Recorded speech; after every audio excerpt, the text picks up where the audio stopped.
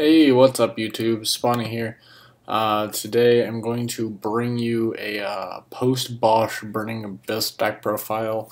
So most of you probably know by now that I have since quit this game since Bosch. Well, not really quit. I'm still playing online, just playing like the meta decks. But this is a deck that I've kind of grown an interest in, just with like the release of like Fiendish Rhino Warrior and the fact that this deck can main deck this card like no other. And especially just like the fact that this deck got more back row, and like this is one of like the decks of when I actually really enjoyed this game, which was when Shadal's and Teller Knights, Cliff Orth, and everything. Like those were the decks I enjoyed playing most recently anyway. But yeah, so I'm thinking about maybe trying to get some of this deck together to play it at Atlanta. Just might if I can like borrow strikes, I'll probably end up playing this deck. That or Monarchs probably, because that deck's pretty cheap too. I'm just like, I don't really want to spend a lot of money on this game right now. But so yeah, sorry I haven't uploaded a video in a while. School has swamped me with stuff, and so yeah. But let's go ahead and get into the deck profile, shall we? So we play one Barbar just because burning for damage, and he's the biggest monster you play in the main deck out of any of these guys.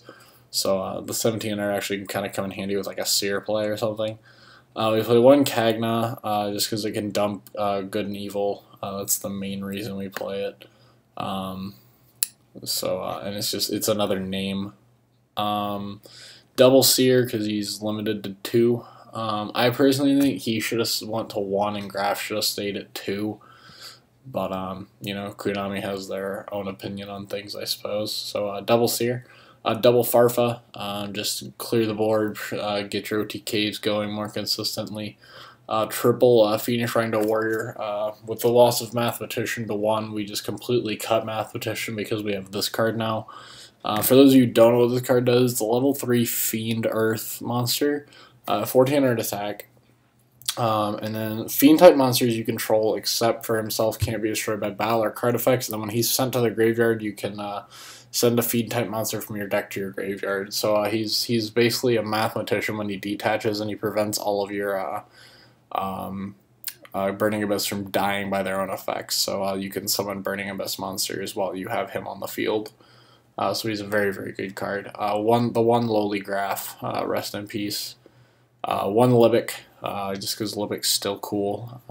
Just detach and special free guy for man. Triple Max C because we got to keep up with Pepe and the other faster decks. Double Rubik. I put Rubik back at 2 because I'm playing double Virgil.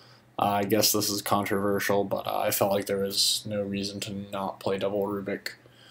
And plus 2100 defense is kind of good. Triple Scarm because especially with Graf at 1 and Seer at 2, we want to have as many ways to access our cards as possible. So triple Scarm is definitely essential, and the one Tour Guide still because this card's always going to be good in this deck. That's it for the monsters. 20 monsters. Under the spells, we play the one Foolish Burial, the one Good and Evil to supplement the Kagna. We usually will side if one goes out in the sideboard, the other one comes along with it, and double Twin Twister. The reason we play this is just because it's more search power. We can just banish it to add a Burning Abyss card from our deck to our hand, so it can even search our Fire Lakes or Travelers too. And then Twin Twisters obviously is very, very good in this deck, considering all of these guys get their effects off of being discarded. Twin Twister is just another discard outlet. If you notice, I've cut most of the discard traps just because they're not really that optimal right now. The only one I kept is Wing Blast. One of the traps, triple anti-spell, just to be able to lock out Pepe and all the pendulum-based stuff. Mainly it's just Pepe, though. I mean, I guess magicians are still a thing, but they're not nearly as good. So I figured that remaining triple anti-spell, considering we only play 4 spell cards in the main deck. And this card's very, very easily good in this deck. Yeah, you can't special summon any of your guys. But you can if you lock Pepe out of the game, you can just sit there and beat them down with you can just like get like someone like a Fiendish Rhino Warrior and like just beat them down with that, and then like you detach a guy off and then, like just summon another guy, just make a Dante and just keep beating them down with that, and they just can't do anything. So if they don't have that Twin Twister, they lose.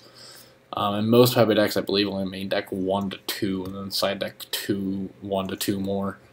Bottomless, just because it's bottomless. I couldn't get around without playing this card. Double Fire Lake, just because pendulums are the meta, so being able to like pop those scales and just clear boards and gain advantage off of it's pretty cool. Double Wind Blast. I suppose this is controversial. I considered not even playing this card, but I felt that just being able to have a discard outlet was going to be very needed in this deck, and I liked Wing Blast the best just because I could like put back Ignisters, or I could just put back a Scale, rather than versus something like Karma Cut or Regeki Break. I just felt like this card had the most utility, so I played Double Wing Blast. One Skill Drain, couldn't play without it. Too essential, considering the only thing it stops is like Tour Guide, Dante. Like Dante still mills, so a Triple Solemn Strike, can't get by without this either. There's a lot of life point paying cards in this deck with like this and Triple Strike on top of the warning. These are all things I needed to play to be able to have the best chance of winning. So I played Triple Solemn Strike in the main deck, as well as the one warning to supplement it. Triple Traveler, the Burning Abyss.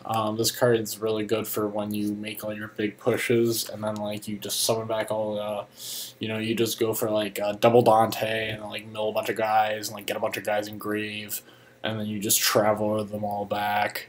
Or if like your Dante dies with like a material and stuff, you can just like Traveler back all your guys at the end phase, and then you just gain a bunch of free advantage off this card, and like you have to play fast, and this card just allows you to play more aggressively. And then the one Emptiness, just because it's emptiness. That's it for the main deck. 41 card main deck. Side deck, Triple Veiler, just because Pepe is a thing. Double Majesty's Fiend. This is more so against Cosmos than anything else. I have other cards for Pepe. This card is just better against Cosmos than Vanity's Fiend, just because like it stops them from even activating their effects.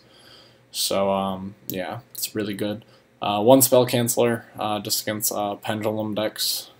I guess like for that one guy playing Chicken Race. Double Vanity's Fiend. This is versus Pepe as well, and then I guess just special summon heavy deck. This card's really good. It's good in the BA mirror too. It just locks them. It's one of the best soft lock cards in Yu-Gi-Oh. So I really like it. One Regeki, just against rogue stuff, and I guess like just if you really feel like you have to have a board wipe in main deck, you can slide this in. It's mainly just there for like rogue stuff, like a rogue Teller Knight or like Monarchs, which will soon be a thing in Mermails. The third copy of Twin Twister, mainly against Pendulum decks, but also against like heavy back row. Triple Iron Wall for Cosmos and like random Infernoids that might pop up. And this card's not good yet, but I went ahead and put it in here because it'll be good in about 9 days. Plus, I had 2 spots left after making the side deck, and I didn't really know what I wanted to play, so I just decided this card's going to be good anyway.